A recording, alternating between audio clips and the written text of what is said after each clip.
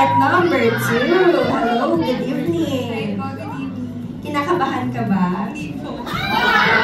We love a confident queen. Sana man inspired ang inyong outfit. And of course, kung siya po halaman, ako po yung mismong flower. Ako po yung nagbibigay ng buhay sa kanya. And then, okay, pili ka na ng question.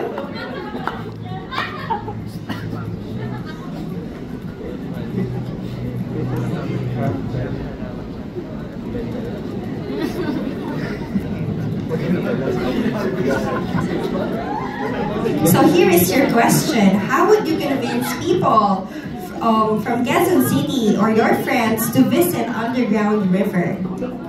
I think I can convince them by cloud chasing this place because it's very worth it po. Hindi nga po siya actually cloud chase kasi usually po kapag cloud chase, very bad po yung meaning.